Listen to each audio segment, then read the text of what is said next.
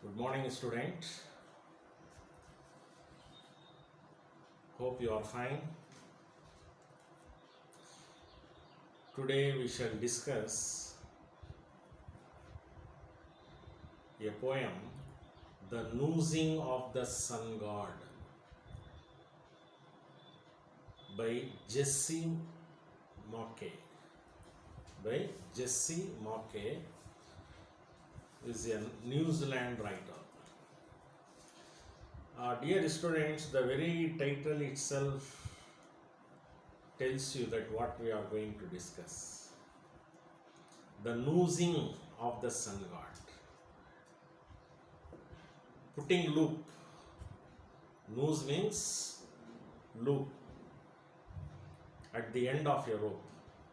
The noosing of a sun god. Is it possible?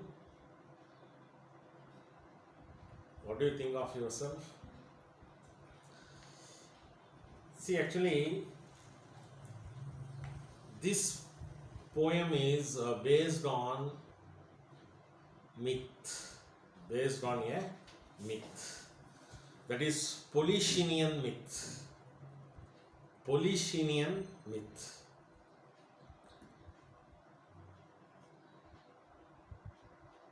Polycenian, which refers to a small islands on the eastern coast of Australia. That is where the New Zealand is there. New Zealand is situated. New Zealand is a very beautiful island. In many aspects, it resembles Australia. So, that Polycenian tribe is based on pantheism. Pantheism. That means that they have created their own gods. They have created their own gods. For water, a separate god. Sky is a god. Earth is another god.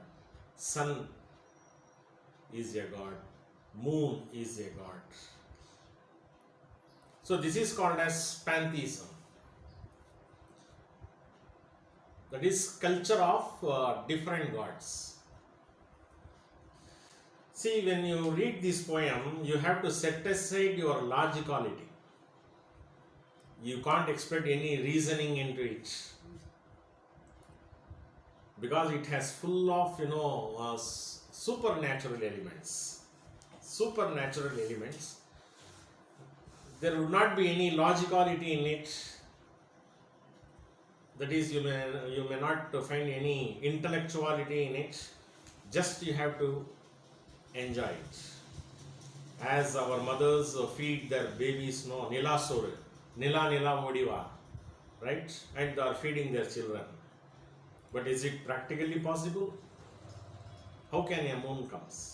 Right? If you ask like this, that is, it may lose its aesthetic sense.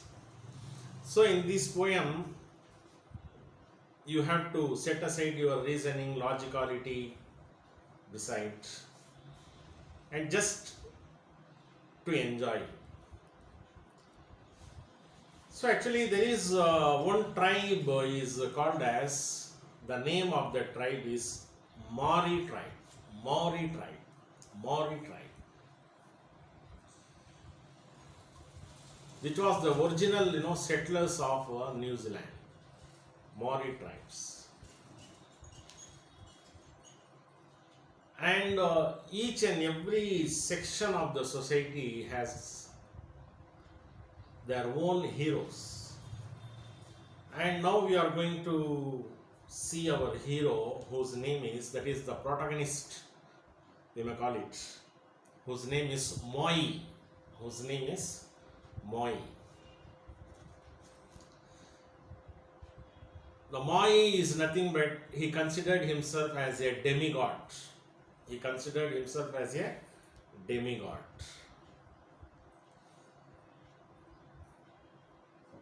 How he introduces himself. See, before that I would like to tell you, just to keep it in mind, Maoris worshipped a number of gods and goddesses. were the personifications of the grand forces of nature. For example, their supreme god is Lo, L-O, Lo. Their supreme god, the name of their supreme god is Lo, the creator of the universe, including the earth and the sky. Of the lower echelons of Mari divinity, the name of the earth goddess is Papa. Earth goddess name is Papa. And Rangi, the sky. Rangi, the sky. And the very important role plays by sun was called as Tira. Was called as Tira. Lo is the supreme god. Lo is the supreme god. Papa is the earth. Rangi the sky. And the sun is Tira. Sun god is Tira. And Po is the name of the hell in Mari mythology. Lo is the supreme god. Papa is the earth. Rangi is the sky. Tira is the sun god. Po is the name of the hell. See, Jesse Mackay has written a hauntingly symbolic poem using this age-old myth of the Polynesian tribe. And the writers, those who write about this, that is Mari mythology and Polynesian mythology, the writers are called as Pakeha writers. The writers are called as Pakeha writers. See, if you get time, you go through all those things, you may find very interesting elements in the literature. It is a different section of literature, and the names are very tough to pronounce. Okay. How that, actually, what is the theme of this poem? Mai, he is a champion of mankind. He is symbolically representing himself as a fisherman. He is symbolically representing as a fisherman and champion of mankind. And he always thinks that man is supreme over the power of nature. Man is supreme. Man can dominate any force. It is possible by man to tame anything at any cost.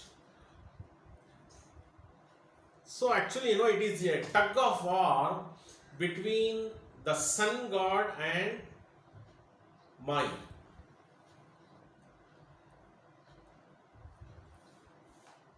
It is a cold war is going on.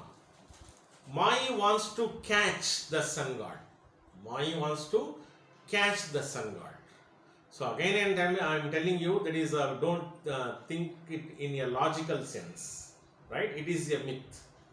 It is a myth. See how the poem begins. First, Mai introduces himself. I am Mai. I am Mai.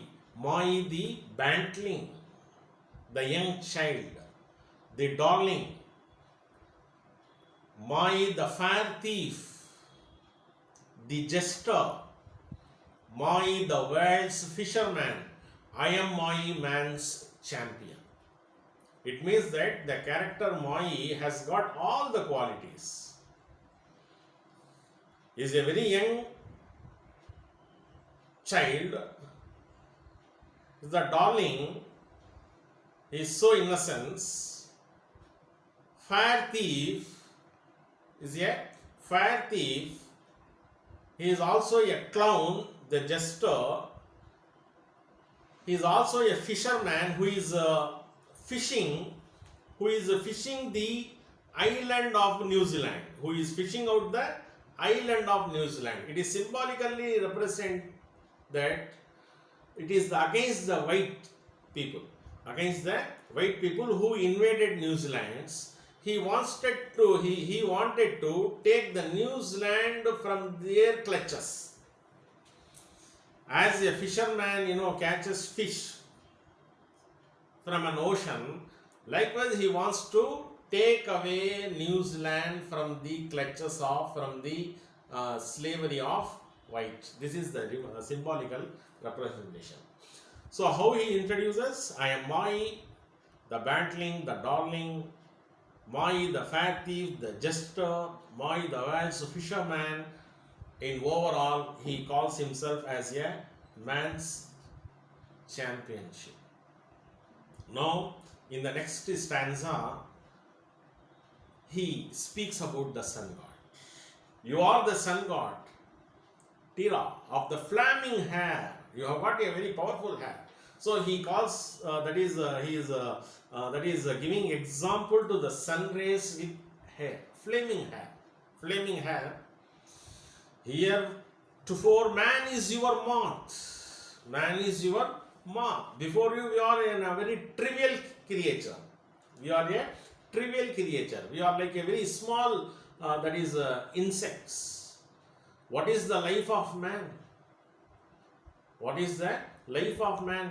Bound to your rushing wings, you fair bird of Rangi.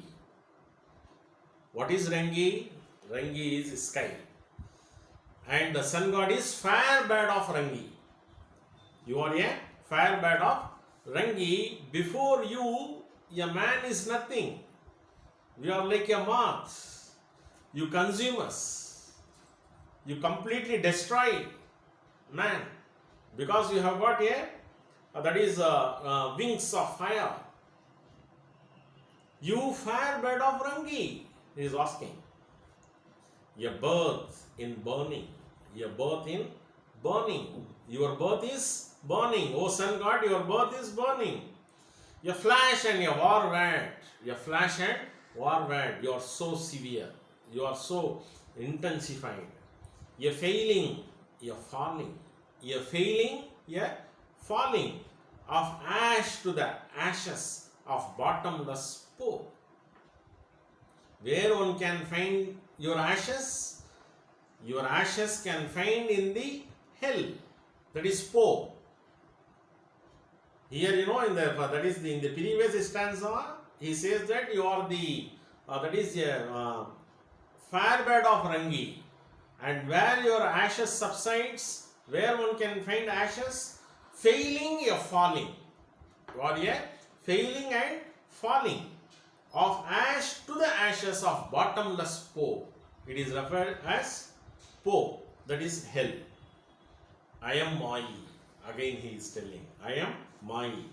The great one, the little one. How I am? I am so powerful, and at the same time I am very little. I am very little. A bird that could nest in the hand of a woman. I am like a bird. I am like a bird. I am so small that I can form my nest in the hand of a woman. So delicate I am. So innocent I am. So little I am. At the same time I am very great also. Because I am Mai. I am Mai. So resourceful I am, because I have vanquished, I have defeated the timeless, the ancients. The heavens cannot bind me, but I shall bind thee. Okay, I am very small, I am like a bird, right? I am so delicate, I am so innocent, but at the same time, even now he is showing his power. Now he is showing his power. How valiant he is. How great he is. The heavens cannot bind me. The heavens cannot bind me. The heavens cannot set limitation to me.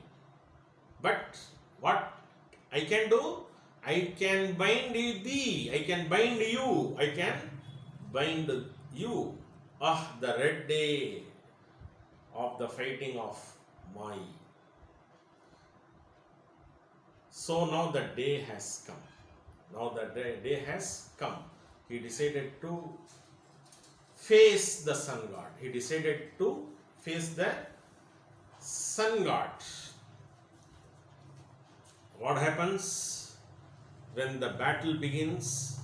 The battle begins, the Mai, the little one, and Tira of the flaming air. He says in the beginning of the stanza, Tira, Tira, Tira, Tira, go slowly, go slowly. Look at me. You don't be so arrogant. You should not go so swiftly. Go slowly. Go slowly. Listen to me. Look at me. Yeah. So in a fight where no holds are barred with disastrous consequences to the environments, particularly to the earth and the sea, so when this tug of war is going on, when this communication takes place, when it is happening, that the sky and the earth and all the heaven and hell, they are all observing that what is happening. So when he put challenge, and how he puts his challenge, he puts his rope. He puts his rope around the sun, the dazzling neck of the sun god. He throw rope around the dazzling neck of the sun god.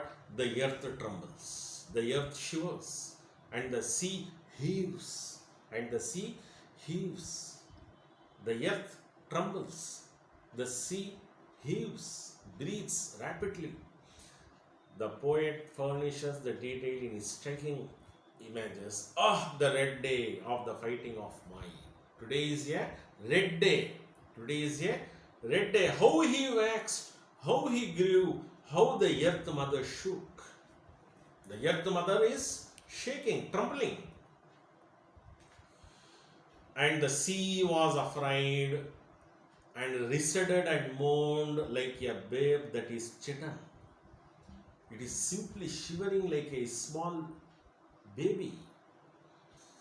When someone abuses a baby, when someone is scolded a baby, how that baby moans in a fear. It is trembling. So likewise the sea is trembling. A real earth shaking event starts taking place the moment Mai spins his rope round the dazzling neck of the Tira. As he begins his marathon job, his mentors and well-wishers bless him while his enemies curses him for his bravado. He too has his own enemies. He too has his own friends. Friends are blessing Mai so that he could win a war, so that he could win his challenge, and his enemies are cursing him that finally he will be defeated.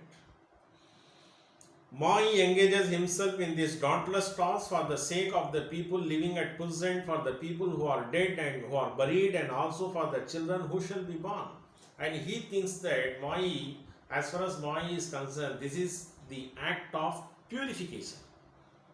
Right? Actually, he is purifying the soul, those who are already dead. All the dead men, women, and children, to whom actually it adds more value to their lives. He is fighting for them. Their soul become happy if he wins a war.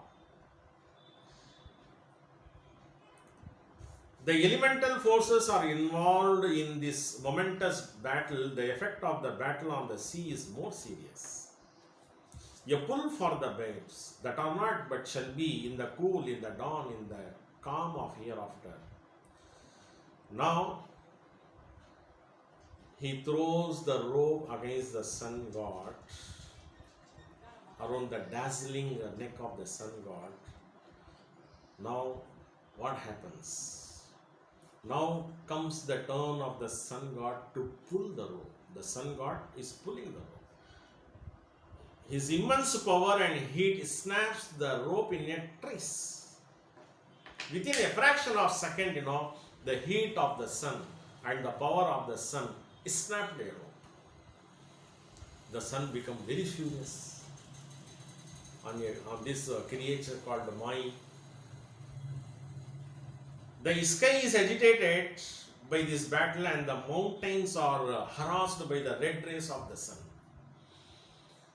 Because of the rage of the sun, because of the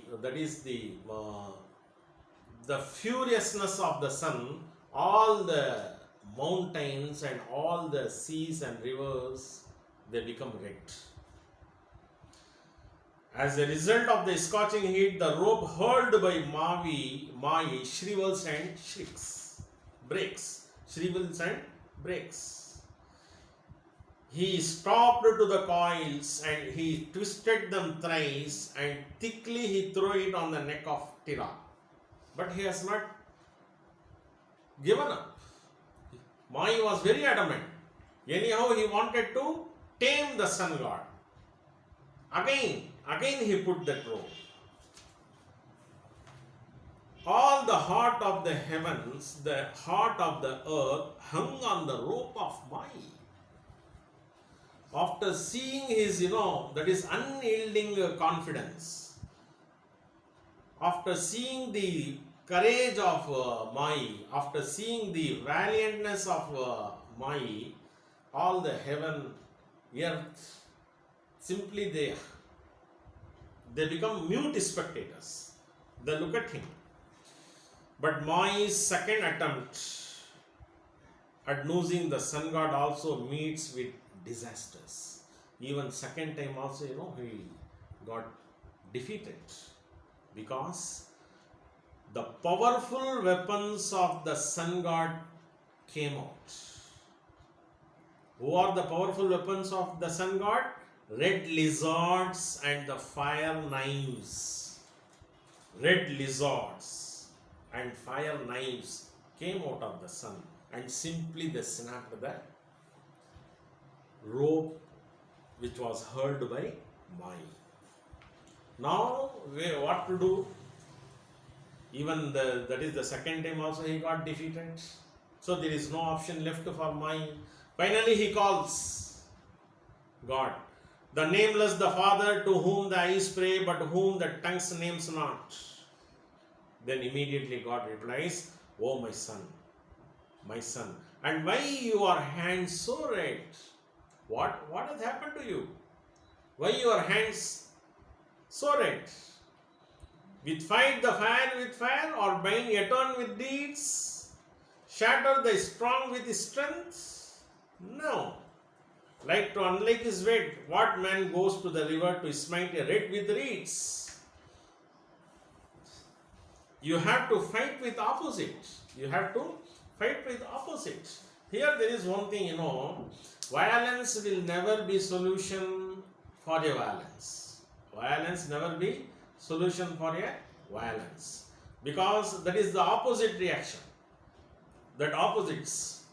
That is, a fire can vanquished by water. Water can be conquered by fire. These are all the opposite forces. So God suggests him, soft of and van is water, yet is stronger than fire. Fire is stronger at one point. Even water is also very stronger. Pale and poor is passions, yet it is stronger than pride. Out of the uttermost weakness comes the heart's desire. You shall bind the eternal with need and not besides. Now Mai is advised to find a rope of rare quality. Now the Supreme God asks him to find a rope of rare quality that has never been sold or bought by anyone. You have to select that type of rope. That should be a very special kind of rope you have to find out. And he says, plight you a rope of race, twist you with a cord of light, twine you a tender thread that never has bought nor sold, twine you a living thread of sorrow and truth and right, and where Their 20 sons in Rangi the rope shall hold. You have to find a rope of truth and righteousness. Because truth and righteousness, the reality is so powerful that even you can you can lose the 20 sons. 20 sons that rope can hold. So Mai realizes that the path to victory lies in finding such a rope. And he thinks over it.